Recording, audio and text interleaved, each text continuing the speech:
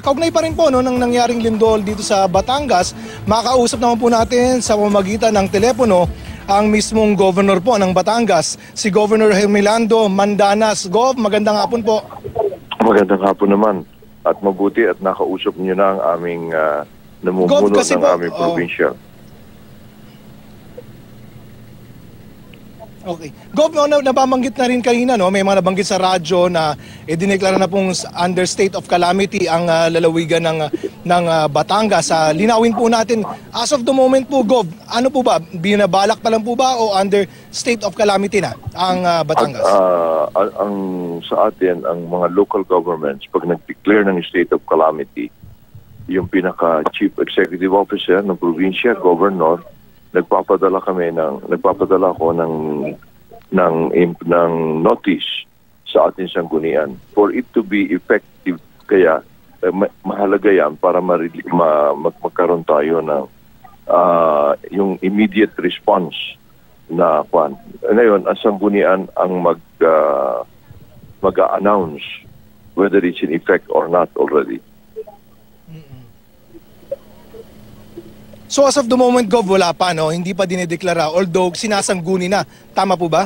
Tama. Naibigay na natin sa sanggunian. So sila ngayon na nag-i-evaluate.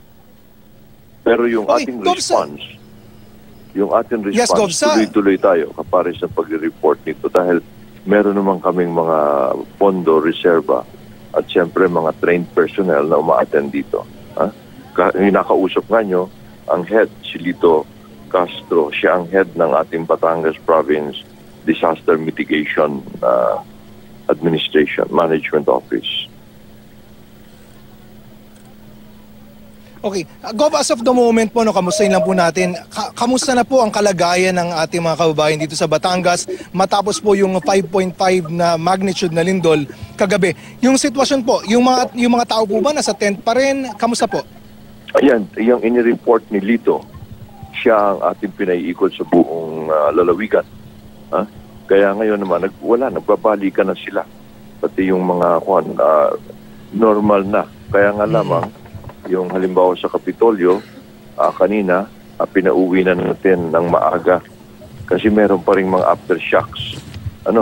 At saka para matingnan rin nila kung anong mga nangyayari sa kanilang bahay.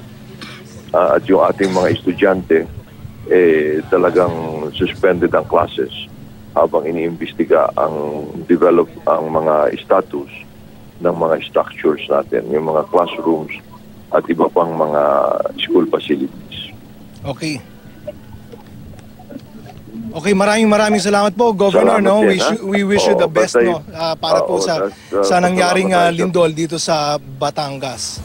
Okay, yan po si Governor Mandanas ng Batangas.